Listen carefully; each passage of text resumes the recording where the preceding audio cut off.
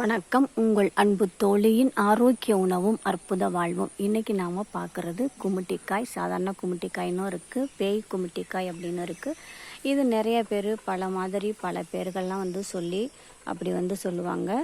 பாருங்கள், இது ரொம்ப சின்னதாக இருக்குது. எப்படி இருக்குன்னு பாருங்கள், நல்லா குட்டி குட்டியாக இருக்குது. இதெல்லாம் கொஞ்சம் பிஞ்சாக உள்ளது. இது கொஞ்சம் பெருசாக வந்துடுச்சு. எப்படி இருக்குது பாருங்கள், நல்லா வாட்டர் மெலன் மாதிரி இருக்குது பார்க்குறதுக்கு. எப்படி இருக்குன்னு பாருங்கள்.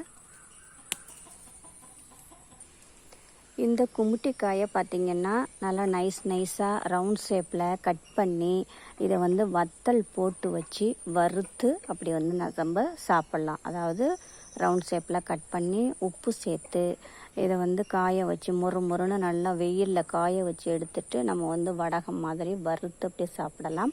இதை அரைச்சி தலையில் தேய்ச்சி வச்சுருந்து அப்படி தலை குளித்தோம் அப்படிங்கையில் நம்மளுக்கு முடி கொட்டாது. வேரோட முடி அப்படியே அருந்து எல்லாம் கொட்ட ஆரம்பிச்சிடும். அந்த மாதிரி அந்த முடி உதிர்வதை இந்த குமுட்டிக்காய் தடுக்கும். அடுத்ததாக முடி நரைச்சி போயிருக்கு பார்த்தீங்களா, அதுக்கும் இதை அரைச்சி தேய்ச்சி வச்சுருந்து 1 மணி நேரமாவது வச்சுருந்து அப்படி குளித்தவங்கையில் அந்த முடி நரைச்ச முடியும் சரியாகும்.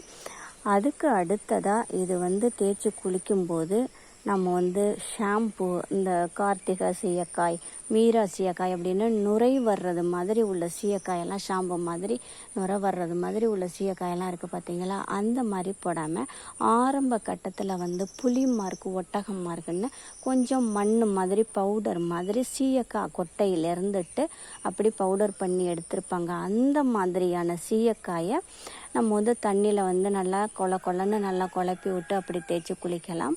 அப்படி இல்லை அப்படின்னா சாதம் வடிக்கிற அந்த வடித்த தண்ணி இருக்குது பார்த்தீங்களா, அதில் கலந்து அப்படி நம்ம தலையில் தேய்ச்சி அப்படி குளிக்கலாம்.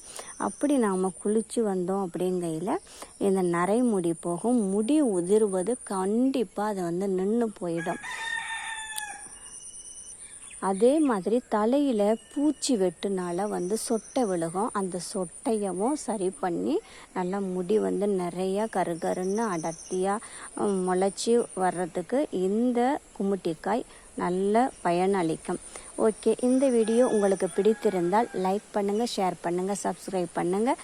மறக்காமல் பக்கத்தில் உள்ள பெல் ஐக்கானை கிளிக் பண்ணுங்கள். தேங்க்யூ.